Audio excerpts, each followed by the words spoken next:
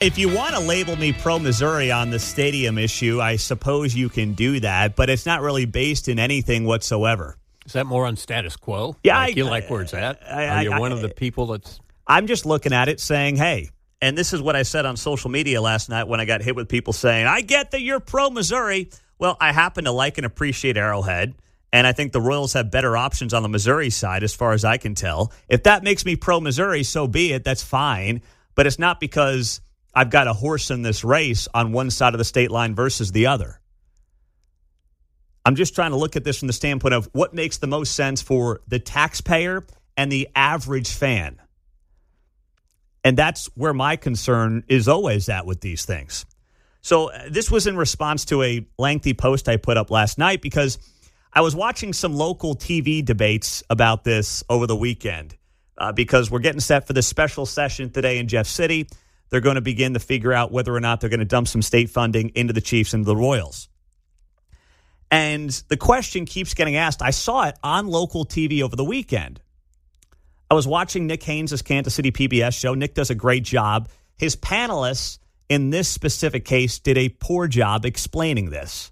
But Nick asked the question, why don't these teams run to Kansas when the Star Bonds are offering up to 70% of the state funding or 70% of the funding for the project when Missouri's only debating 50%? And I'm watching these panelists, and God bless them, I've been on the show with all of them before, but they're not answering the question. The reason is the 70% number is not as simple as it's perceived to be.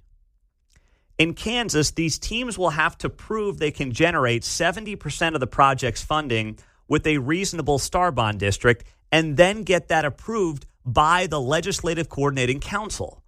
And that includes a bunch of Republicans, many not from the Kansas City area, who are not going to just sit there and say, sure, I'm in Wichita, and if you want to go out there and call all of Wyandotte and all of Douglas and like all of Northeast Kansas a Star Bond district to try to pay these bonds back, sure, go ahead, be my guest. They're not going to do that. Ty Masterson said as much on this show. Then that Legislative Coordinating Council will approve or deny the bonds. So you've got key state lawmakers who have sworn on this radio show that they will not allow the state to be a backstop for the bonds. So the numbers have to work. The state has to say yes, and you have to have a Star Bond district, geographically speaking, that is drawn in a way that is not making a mockery of what the Star Bond is intended to be. Because if not, they just end up as junk bonds.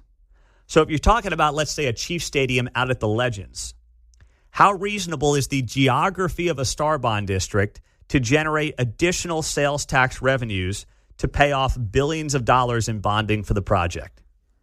That's the literally $3 billion question that no one has answered yet. And I think there's a reason no one's answered that yet, and that's because they keep crunching these numbers and saying, even if we want to do this in Kansas, can we get a Star Bond district big enough geographically through this legislative body to get it approved in Kansas? Well, let's say it's big enough. I don't presume they can overlap. We're already dealing with Star Bonds. We had the issue at the racetrack. I don't know if because they're paid that's no longer a district. But we've got the American Royal issue where Star Bonds have been approved, but right now that's stalled out at the county level. So I don't know if they can overlap. I couldn't see how they could. That's a good question. Right? I don't know. That's another one. Be able to. I mean, how would you divide that up? Yeah, that's a great point. So you've got that question out there. You have maintenance costs questions out there. You have ingress, egress improvements. Who handles that? Department of Transportation, the teams. All these questions are still unanswered. So I just put that out there yesterday, and a lot of the commenters were saying, you're just pro-Missouri. I'm not pro-Missouri. I just at least want to know and share with you what's actually on the table here when you talk about Missouri versus Kansas on these Star Bonds. All right. And what I'm most concerned about is what the options are for the average fan. And when we talk about Kansas in particular, I know and I hear from many of you, hey, I want a Super Bowl. I want a Final Four. Well, I went out and I looked up the prices for Final Four tickets this past year. And the cheapest tickets you could find, I'm looking at this from USA Today, the cheapest tickets that you could find for the semifinal games were after fees nearly $400 a piece. Now, maybe you sit there and you say, that's great, I'll go to a Final Four for $400 a pop, and that's your prerogative. But that's not the average fan. And then you look at where Final Fours are hosted. Let's go to major cities like Dallas. They're hosting a Final Four at Jerry World, AT&T Stadium, coming up in 2030. The last one was in 2014. Let's go to Atlanta, top 10 city. They've got one coming up in 2031. Their last one was in 2013. Maybe you believe that Kansas City will become a hub for Final Fours if they build a domed stadium on the Kansas side. I'm skeptical of that, number one. Just based on market size and the fact that you've got a lot of other cities that are in regular rotation.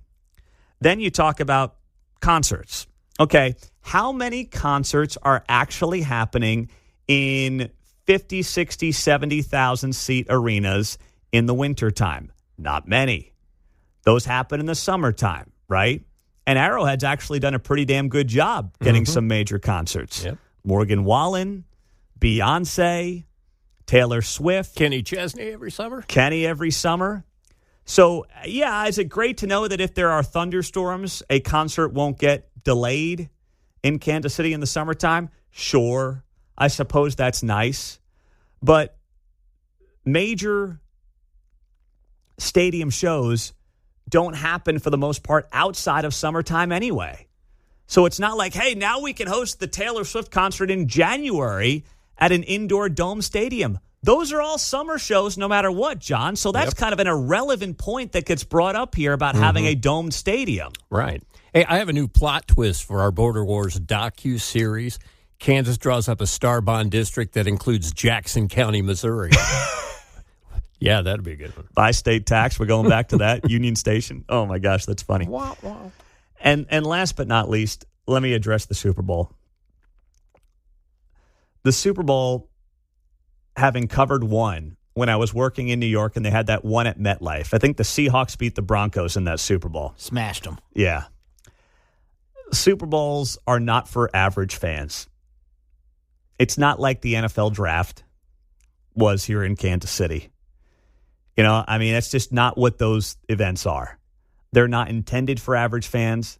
Maybe you suggest a small business might do well depending on their location and depending on what they do and what they sell. But there will be a vast, I would say, majority of businesses in Kansas City that if there were to ever be a Super Bowl here, would not see one bit of difference in their business. Some will. The lucky ones will. But Super Bowls are not about everyday fans. They're not about average Joes going out and watching a game. They haven't been in decades at this point.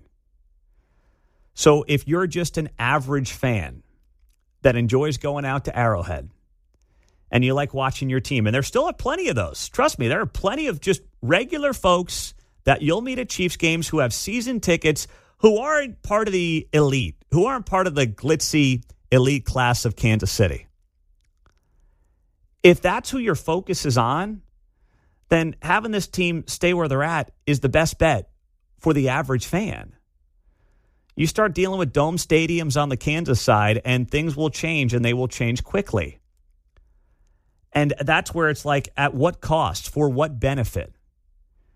And those are the things that I think get lost in the conversation here when you talk about Kansas versus Missouri. I'm not pro-Missouri, but I think the average fan and the average taxpayer is better off on both sides of the state line, as far as I can tell, with the Chiefs staying with where they're at.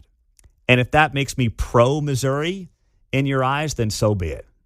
I can take that.